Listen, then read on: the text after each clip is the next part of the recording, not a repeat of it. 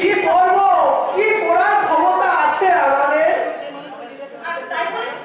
যে মানুষটা দিন রাতে বিচার না করে আমাদের সুখ দুঃখের সাথী হয়েছে, আর তার প্রতিদিন তোমার কথা আমি বুঝতে পারছি শর্মা, কিন্তু আমার কিন্তু কি যাও ঠাকুরকে ধরে নিয়ে এসো, আর 3 দিন কিছুই খাইনি, যেমন করে হোক দুটি ভাত খাওয়ানো যাবে না শর্মা। তুমি বলার আগে আমি সেখানে গিয়েছিলাম, অনেক অনুনয় বিনয় করার পর সে বলল আমার খিদে নেই। আর সেই শুনে তুমি উঠে ফিরে চলে এলে। না ছাড়া আর কি করতে পারি বলো? সে তো আর বাচ্চা ছেলে নয় যে তাকে জোর করে তুলে নিয়ে আসবো।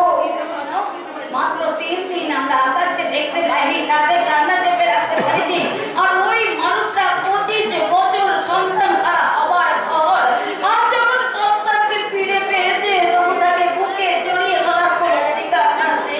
তুমি দেখো শর্মা, এই ত্যাগ পৃথিবীটা কখনো বিফলে যাবে না।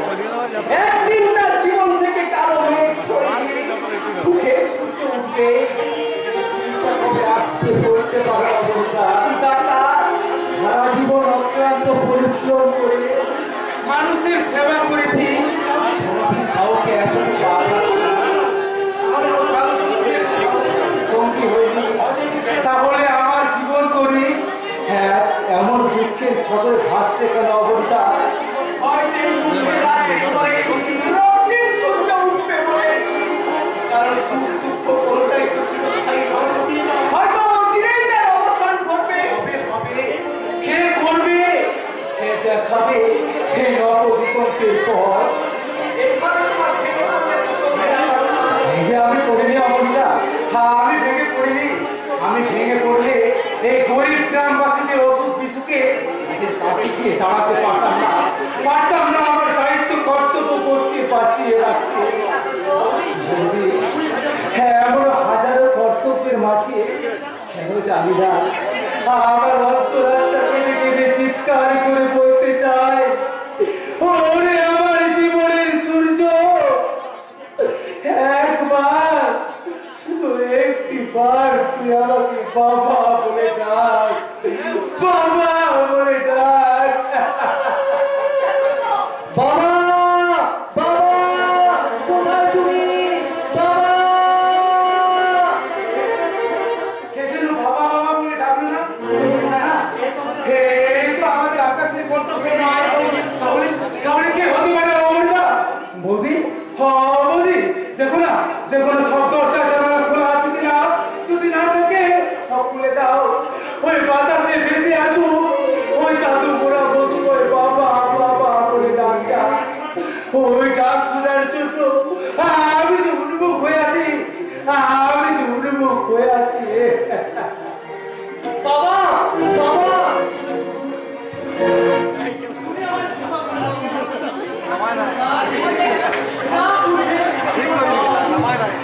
আমি তোমাকে অনেক তোমার সেই অপরাধী সন্তানকে উঠে দাঁড়া, বলেছে বাবা দীর্ঘ 25 বছর ধরে এই ব্যথা পায়ে নয় রে আমার আর তাই দুটি পারিস, তাহলে বুকুর কবক কি ধাপিয়ে পড়ে আমার সেই যন্ত্রণা করতে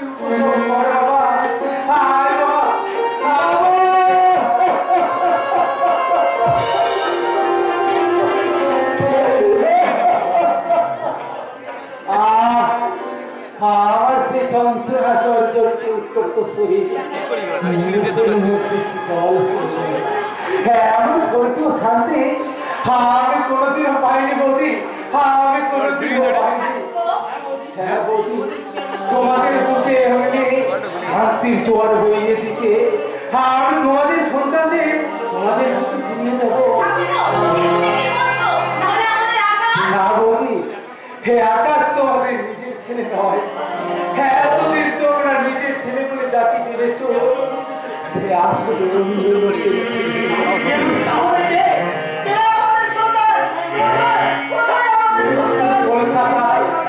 আমার অনুমান যদি মিথ্য চুরি যাওয়ার সন্তান। তুমি কি বলছো বাবা? ওদের একজন দেবদত্ত ভোসালের ছেলে আর অন্যজন মুসলমানের ছেলে। না, ওটা মিথ্যার ভাষা। ওরা এই গরিব দাসী অবনী রায়ের ছেলে। তাহলে আমি কে কাকু? আমার পরিচয় আর কোন সাগরের জোয়ার ভাসি এনে এদের করে তুলে বলো না কাকু, তুমি বলো না। এই যদি তাহলে আবার তোমার এই কত বড় সাহারার মুখে এরপর আমার কি হবে কাকু? তুই তোর বাবা মার কোলে চিরকাল থাকবি রে বাবা, চিরকাল থাকবি। না কাকু, তা কি করে সম্ভব? ওর সন্তান জানার পরেও তুমি পারবে তো আমার সাথে আগের মতো ভালোবাসতে, বুকে জড়িয়ে ধরে চুম্বন করতে? পারবো বাবা, নিশ্চয়ই পারবো। ওরে আমার এই মাংসের স্নেহের ভান্ডারে একদিকে তুই আর অন্যদিকে তারা পৃথিবী থাকবে বাবা। বাবা, ও বাবা, তুমি আমাকে পরের বোঝা ভাববে না তো বাবা? না বাবা, না বাবা, আমার সন্তানের কাছে স্নেহের ফসল ধারা তাকে কখনো পারে নিজের সন্তানকে সরিয়ে দিয়ে ঘরে ছেড়ে ভাবতে? তাহলে আমার অন্তরটা এমন কুড়াইছে কেন? আমার জীবন তো কোনোদিন শুনেছি ভাই আমার কলকাতায় আমায় না চিনি না চিনি আমার জীবনে কোনোদিন ধরে ঝড় উঠেছে মুক্তি আছে না তোমরা জীবনে কাল আমার নিশ্চিন্তে ঘুমোবে ভাই, নিশ্চিন্তে ঘুমোবে। আমার মনের মাঝে অশান্ত সাগরের যে ঢেউ উঠেছে তাকে আমি থামাবো। বাবা, বাবা, তুমি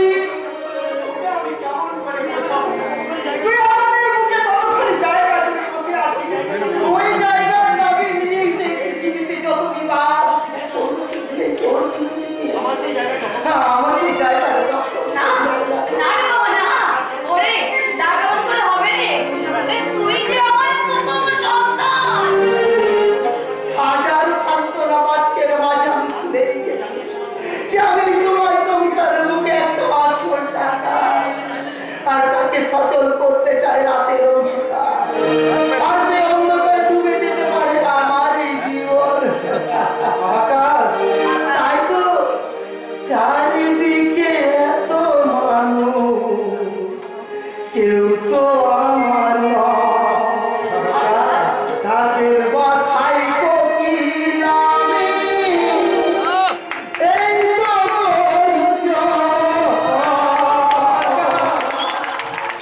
চারিদিকে এত মানুষ, কেউ তো আমার নয়, তাদের বাসায় কোকিলামি এই তো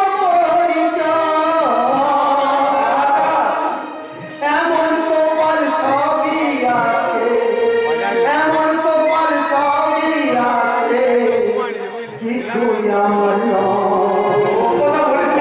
স্নেহ ভালোবাসা ছাড়া বাঁচি কি উপায়? স্নেহ ভালোবাসা ছাড়া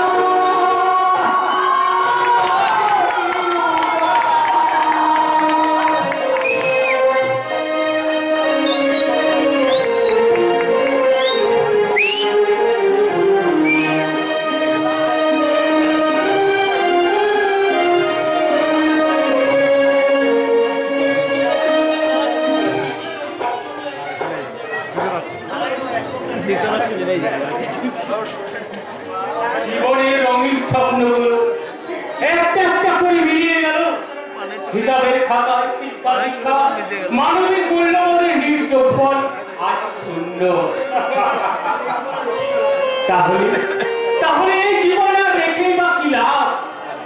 যেমন করে আমার জীবন থেকে সোনালীর সঙ্গে হারিয়ে গেছে প্রেম প্রীতি ভালোবাসা, ঠিক তেমনি হবে সকলের অবজয় নিঃশব্দে হারিয়ে যাও আমার এই তুচ্ছ জীবন। এত সহজ আমি কিছুদিন তোমার জীবন থেকে শেষ করতে পারবো না। কিন্তু কেনই বা তুই আমায় আটকে রাখবি? আমার এই মরুময় জীবনের কি দাম আছে বলতে পারিস? কি কি কথা দিয়েছে? আমার ভালোবাসার উপর স্বরূপ সে তোমার জীবনের দাম ফিরিয়ে দেবে না। পাগলের প্রলাপ আর কাকে বলে?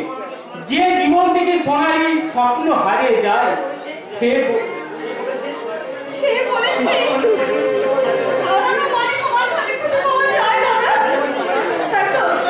আমার বিশ্বাস একদিন অবিশ্বাসের দায়ে মাথা করে মরবে। যেখানে রক্ষক যেখানে ভক্তদের ভূমিকা অবতীর্ণ সেখানে কোনো বিশ্বাস কাজ করে না রে বোন, সেখানে কোনো বিশ্বাস কাজ করে না। এসব কি কার কথা বলছো দাদা? আমি সেসব ভগবানদের কথা বলছি যাদের মুখে মধু অন্তরে বিষ, যারা দিনে রাম রাত্রে রাবণ, যারা মুখোশ পরা ভগবান কিন্তু অন্তরে শয়তান। তোমার সামনে নিশান আমায় কষ্ট করে বলবে দাদা আমি কোথায় যাচ্ছি? এই শয়তানের মুন্ড ছেড়ে আমি করবো না না না রাজা, তুই পারবি না, সেই ক্ষমতা তোর মধ্যে নেই। তবু তোমার কাছে আমার অনুরোধ, বলো দাদা সেদিন বাবার বিরুদ্ধে ছুড়ে দেওয়া তোমার কষ্ট করে আর ছুটি তোমার অন্তরে তো কে নাই? বলো। আজ যারা সোনালীকে নিয়ে মহানন্দে ভোগ করছে তারাই আমার অন্ধত্বের কারণ। এই অন্ধরাজির ঘোষাল একটিও মিথ্যা কথা বলেনি রাজা, একটি মতের কথা বলেনি। জানিস রাজা, আমি দিল্লিতে জানতে পেরেছিলাম আমাকে অন্ধ হতে হয়েছে কোন এক কালো অদৃশ্য হাতের কৌশলে। তখন এটা জানান না কেন দাদা? সে অদৃশ্য হাত আমি মন্দিরে ধরার ক্ষমতা নেই বলে। তাই তো আমি চেয়েছিলাম সেখান থেকে বেরে আমার সোনালীর দৃষ্টির উপর ভর করে আমরা অন্য কোথাও চলে যাব। তাই সেই মানুষ রূপে ভগবানদের শৈল না রে, ভগবানদের শৈল না। আমার চোখের আলো সোনালীকে যে কোনো মূল্যের বিনিময়ে আমরা তাকে খুঁজে বের করবো। এক্ষুনিও তো ভেঙে পড়ার কোনো কারণ নেই আছে।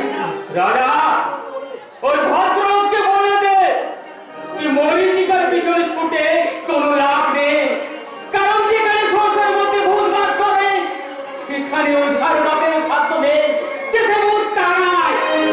তাই তাই তাই আমার জন্য আর কাউকে ভালো হবে না। আমি আমি আমি আমার জীবন করি রাজীব,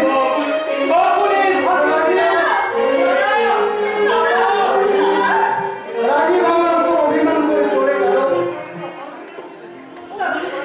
অভিমান করা কি অস্বাভাবিক হয়ে গেছে? এই না, যে কোনো কারণে হোক আর তারা অন্ধ হয়ে গেছে। আর তাদের একমাত্র শেষ আশ্রয় ছিল বৌদি। সেই বৌদি হারিয়ে যাওয়ার সাথে হয়ে গেল। এখনো পর্যন্ত তাকে খুঁজে পাওয়া গেল না। এরপরেও কি ওই অন্ধ মানুষটার বেঁচে থাকার আর মরে যাওয়ার মধ্যে তফাৎটা কি? আর সেই বিষয়টা আমি তোমার উপরে ভার দিয়ে গেলাম বাবা, তোমার উপরে ভার দিয়ে গেলাম।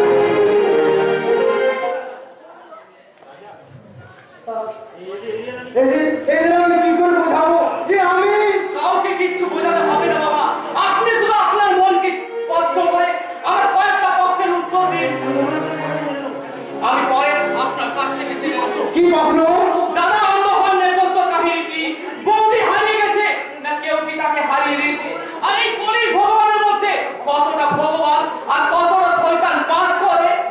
রাজা, আরে এসব তুই কি বলছিস? আমার শেষ প্রশ্ন বাবা, একজন মানুষ যদি প্রকৃত জন্মদাতা হয় তাহলে সে ছেলের হাতে ছুরি ধরে দিয়ে তাকে খুনি গুন্ডা বদমাইশ তৈরি করতে পারে কি না? এ সকলের সন্দেহ ঠিক আজ আমার দিকে, তাহলে আমি কি সত্যি অপরাধী? এই কলির ভগবান দেবদত্ত ভোসালকে হারিয়ে যাবে সন্দেহ বদনাম আর মানুষের তীর্থ দৃষ্টির অন্তর। না, তা হবে না। আমি আমার অন্তরকে জিজ্ঞাসা করছি, উত্তর দাও, আমি কি? আমি কে?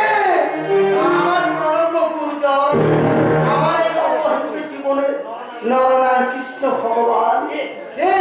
কে তুমি? সে কি ভগবান? আপন সৃষ্টিকে চিনতে না তেমন ভগবান তুমি। কি বিভৎস! চলে যাও, চলে যাও এখান থেকে। আমি তোমাকে সহ্য করতে পারছি না। সহ্য যদি করতে পারবে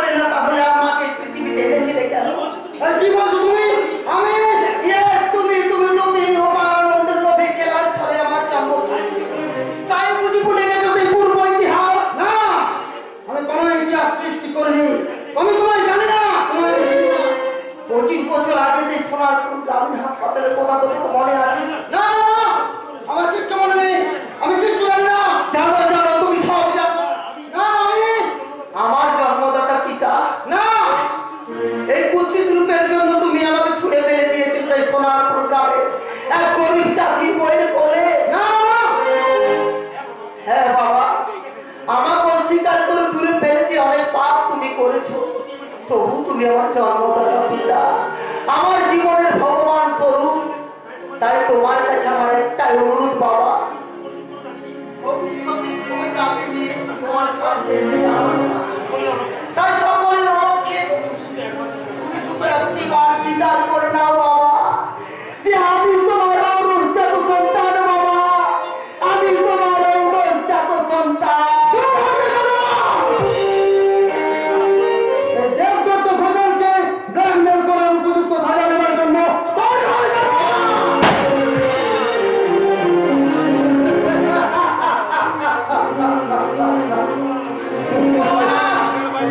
সত্যি সত্যি তুমি কলির ভগবান। তাই তো আমার জীবনের অভিশাপ তুমি আজ মিটিয়ে দিলে ভগবান। এখানে গলির শব্দ হলো কেন?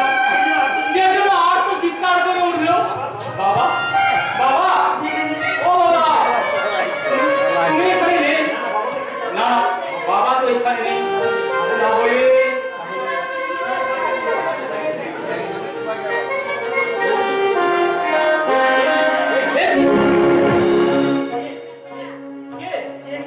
কে এখানে পড়ে আছে?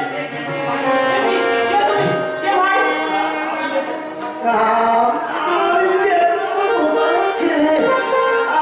আমার নাম আকাশ। তুমি কি বলছো? তুমি দেবদত্ত ঘোষালের ছেলে? তার মানে তুমি আমার নিজের ভাই। কিন্তু তোমাকে তো আমি কোনোদিন দেখিনি। আকাশ, আকাশ, আকাশ ভাই আমার।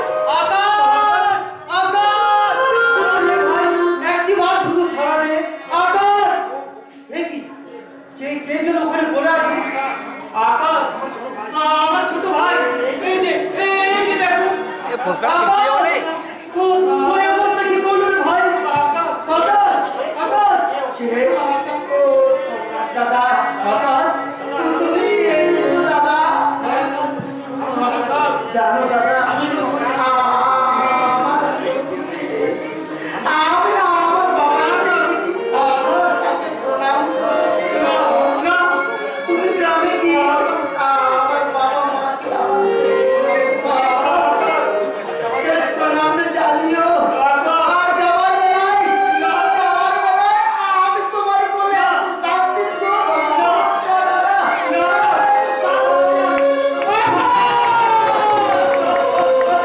বিধাতার খেলা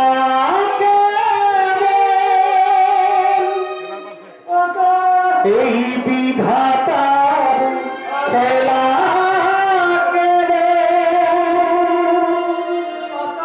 পিতার হাতে হলো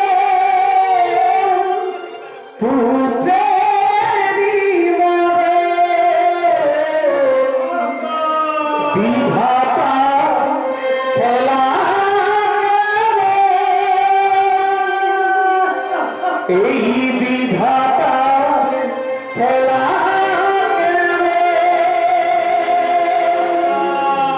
বিধাতার খেলা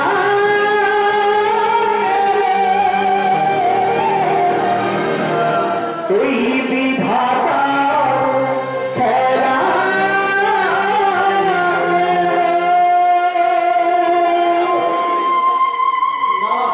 না না আমি কাঁদবো না।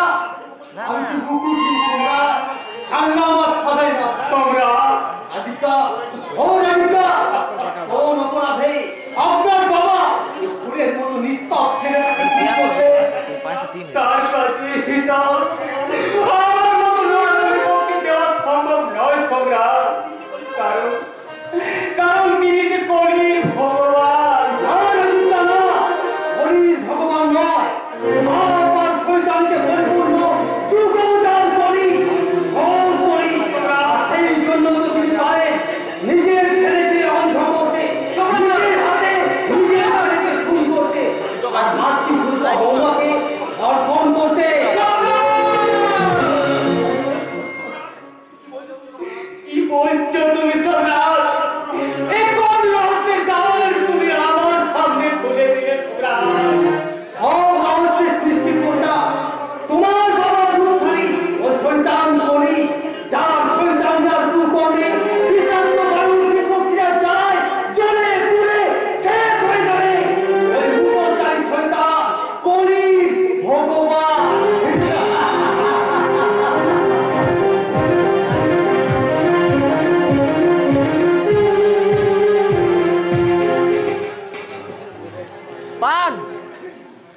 তারপর আমার দুই ছেলেকে সিরিয়াল দেখে কিন্তু আমি আমার স্ত্রীপুত্রকে ফিরে পেলাম না।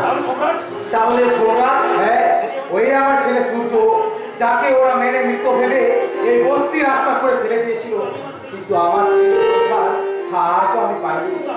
কিন্তু আপনি আমাদের ছেলের কি করে ডাক্তার বাবু? জন্মলগ্ন থেকে তোমাদের দুজনের বা কপালে একটু করে দিয়ে আজও আছে। তাছাড়া আমি জানতাম যে তোমাদের দুজনের মধ্যে ঘোষালে একজন অবশ্যই ছেলে হয়ে থাকবে। তাহলে আমি কিভাবে এখানে এলাম ডাক্তারবাবু? বলুন না, আপনি তো সবই জানেন। বলুন না ডাক্তারবাবু, তাহলে আমি কিভাবে এখানে এলাম? ওই ডিডি সাহেব নিজের স্ত্রীর কোলে সত্যটা তো কুৎসিত আকাশকে সরিয়ে দেয়। তার স্ত্রীর প্রাণ বাঁচানোর জন্য প্রয়োজন ছিল এক কিছু। তাই তোমাদের দুজনের মধ্যে একজনকে তুলে দেয় তার নিজের স্ত্রীর কোলে, অন্যজনকে মেরে ফেলার জন্য তুলে দেয় আমতা গায়ের হাতে। কিন্তু আমতার তাকে খুন না করে গোপনে নিজের ছেলের সঙ্গে মানুষ করতে থাকে। সে অপরাধের কয়েক বছর পর আমতার খুন হয় ওই ডিডি সাহেবের হাতে। কিন্তু তার ছেলে এই আজাদের ওপার করুণায় এবং কঠোর পরিশ্রমে সেই শিশু আজকে তরতাজা যুবক বাচ্চা। ভাইজান, বলো ভাইজান, বলো এই ডাক্তারবাবুর কথাগুলো কি তাহলে বর্ণে বর্ণে সত্যি সত্যি আমার বাপজান তোকে। ভাইজান, তুমি কি বলছো ভাইজান? তোমার বাপজান আর আমার বুঝি কেউ নয়? তিনি যদি দয়া করে আমায় পাইছি না রাখতেন তাহলে কোথায় থাকতো ভাইজান? আজকের এই বাচ্চা কোথায় থাকতো? রাজা, ডাক্তারবাবু, তাহলে ওদের বাবা মা তাহলে হয়তো এক্ষুনি এসে পৌঁছাবে। কিন্তু কিন্তু কি ডাক্তার বাবু, তারা যদি এখানে আসতে না পারে আমরাই যাবো আমার ভাই আমার বাবা মায়ের কাছে। নিশ্চয় যাবো রাজা, নিশ্চয় যাবো। একবার যখন তাদের সন্ধান পেয়েছি তখন নিশ্চয় যাবো। কিন্তু তার আগে সন্ধান ডিডি সাহেব আর রক্তিম ব্যানার্জির বাপের চরম শাস্তি চাই রে রাজা, চরম শাস্তি চাই। শাস্তিটা প্রাপ্য তাও ডিডি সাহেব, রক্তিম ব্যানার্জি নয়। বাহ বাহ, আরে একে বলে ছুরি সাক্ষী মাতা। আপনি কি তাহলে রক্তিম ব্যানার্জি হয়ে এখানে উমেদারি করতে এসেছেন?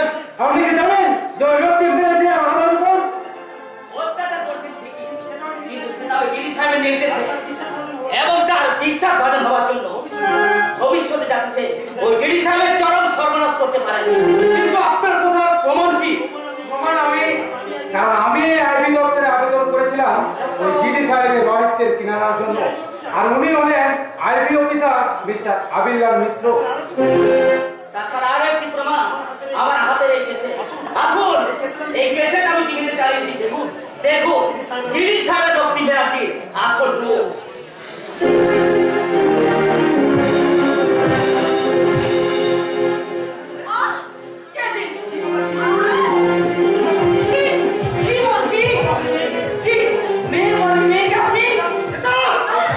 এই জানোয়ারের মাঝে সমস্ত সম্পর্কের বাঁধন ছিঁড়ে দেবো। এখন তোমার আমার পরিচয় হবে। তুমি এক সুন্দরী নারী আর আমি পুরুষ। আর তুমি আমার নির্যাস সজ্জার সঙ্গী। এই জন্যই তো আমি রাজীবকে দিল্লি পাঠিয়েছি। সেদিন বিনা ভাগ্যে এই দেবদত্ত প্যালেসের বউ হিসেবে তোমাকে আমি মেনে নিই। আর মেনে নিস না তোমার এই সুন্দর রূপ যৌবনকে। আরে যাও বাবার জন্য আগে তুমি বাবাকে।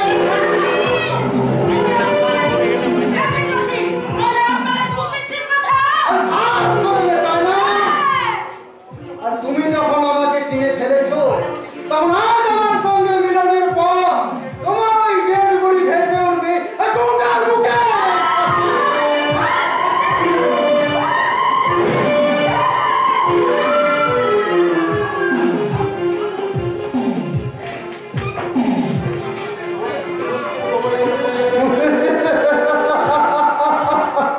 ওই বস্তির গোবর পোড়া পদ্মফুলের এত সাহস যে আমার কুকিরটি ফাঁস করে আমার ওই ভগবানের আসন থেকে ওই শয়তানের আসনে টেনে নিয়ে যায়।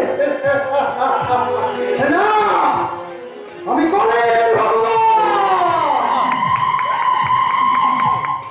কলির ভগবান সেজে আমি ছাড়ো।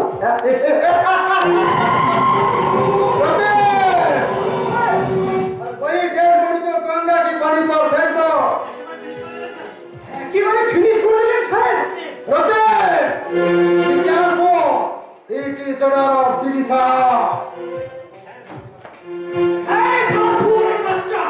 মোড়ার পালন তো করবোই, নয় তোর ঠোসো হবে কি করে? সেই প্রতিজ্ঞা বুকে নিয়ে তো গ্রামের সহজ সরল ছেড়ে এই রতন বোস আর তোর কুকর্মের প্রধান সাক্ষী এই রক্তিম ব্যানার্জি।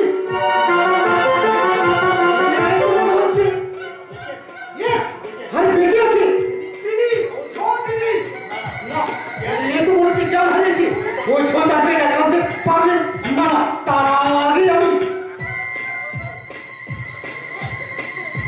হ্যালো হ্যালো, আরে সুমন বাবু, আরে শুনুন শুনুন শুনুন, দেখবেন তো ঘোষালি ধর্ষিতা ও অর্থমন্ত্রী পুত্রবধূকে আমি দ্বিতীয় হুলের সাথে নিচে রেখে আসছি।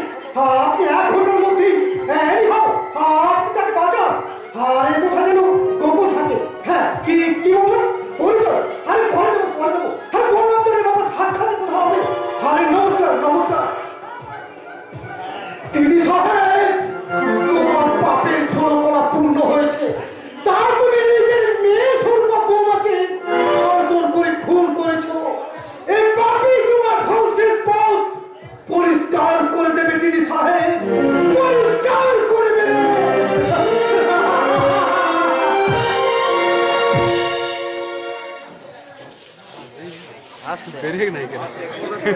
কি হলো? কেসেট আপনি বন্ধ করলেন কেন? এর বেশি জানার প্রয়োজন নেই বলে। কিন্তু এই ক্যাসেট আপনি কোথায় তৈরি করলেন? হোটেলের উপস্থিতে গিরি সাহেবের বক্তব্য। নইলে আমিও জানতাম না যে ও রক্তিম ব্যানার্জির ব্যক্তি শয়তানের মধ্যে ডুবে ডুবে কাঁদছে। ওই কামবাংলার রতন বোস রাতে তোমাদের ঘরে বসবে আগামীকালে কর্মপদ্ধতির গুরুত্ব আলোচনা। তোমরা সবাই হাজির থাকবে। নিশ্চয়ই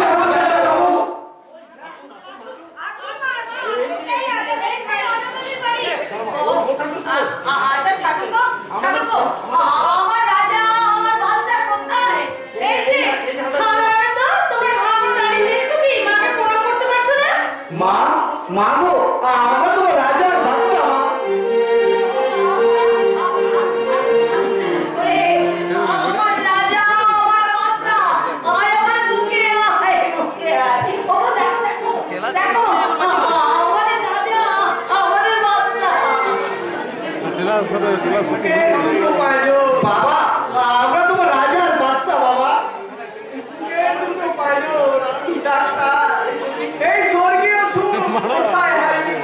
সেই স্বর্গীয় সুখকে আরো মধুময় করতে ওই দেখো তোমাদের দুটি দুষ্টু মিষ্টি বৌমা।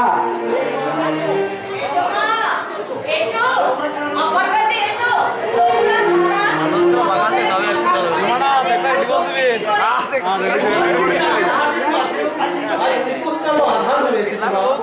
তোমরা তোমার কে সোনা এই সময় বুকে চিরনিদ্রায় এক সহজ সরল ভোলানাথ আমাদের সকলের জীবন আকাশে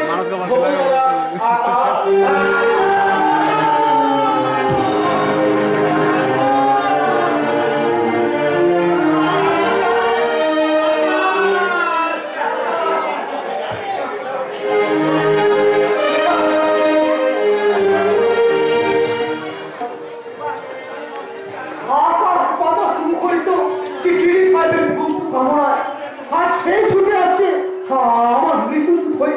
কারণ গিরি জানতে পেরেছে তার ব্যাংক অ্যাকাউন্টে কোনো টাকা নেই। আর থাকবে কি করে? তার লাখ লাখ টাকা যে আমি ওই গরিব নিরন্ন মানুষের মধ্যে বিলিয়ে দিয়েছি।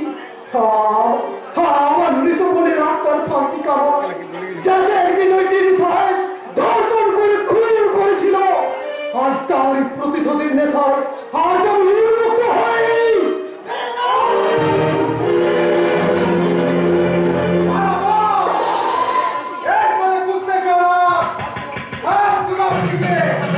আমার ব্যাংক অ্যাকাউন্টের রুপিয়া কোথায় গেল?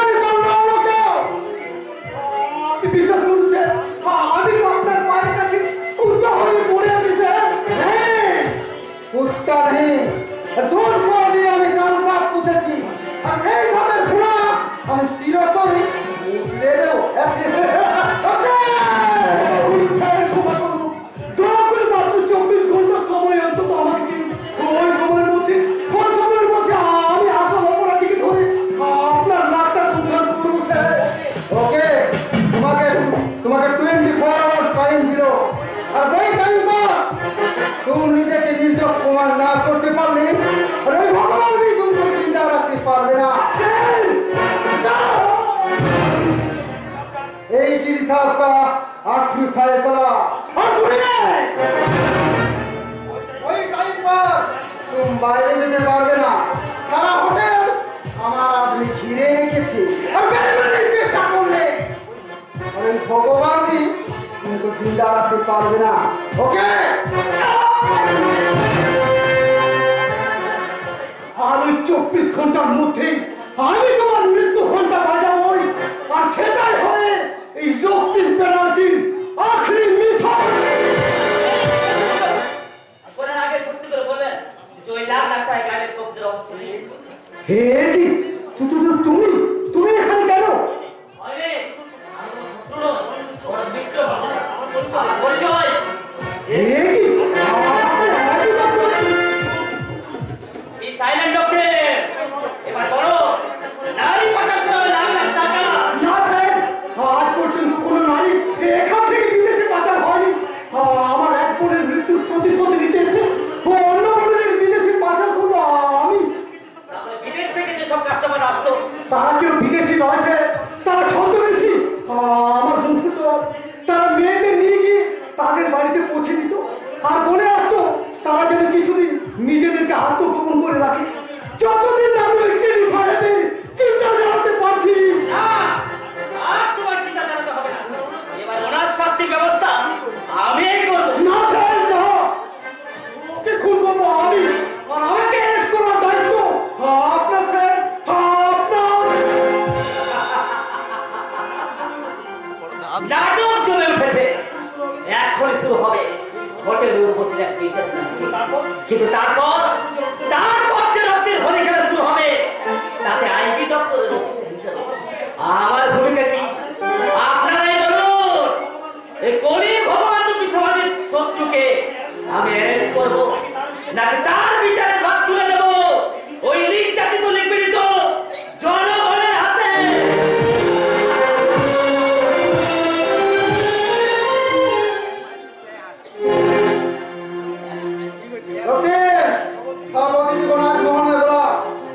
নমস্কার মাননীয় ভদ্রমন্ডলী হোটেল উর্বশীর আজকের এই বিশেষ মেহফিলে এখন আপনাদের সামনে নৃত্যগীত পরিবেশন করবেন এই হোটেলের পপ সিঙ্গার জুটি মিস্টার বাদশা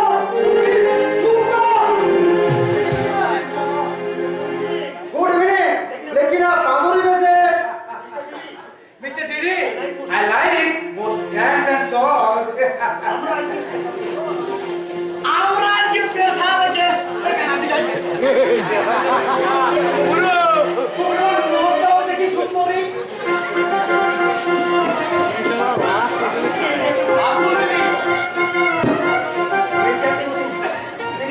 प्यारी बहनों और भाइयों ये होटल उर्वशी का 50 बरस पूर्ति के लिए एक डीडी साहब आपका दिन जनाएं बहुत बहुत शुक्रिया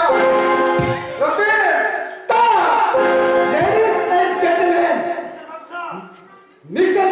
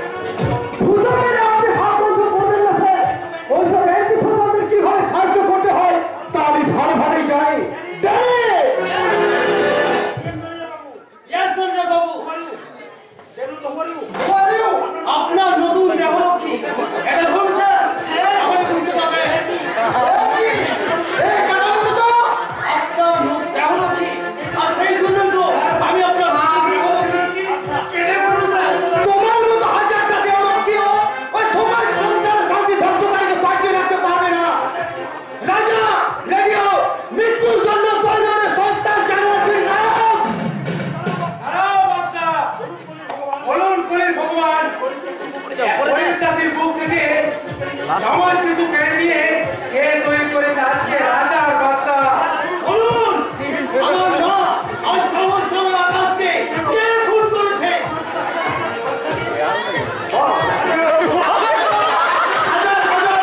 বেকার যুবককে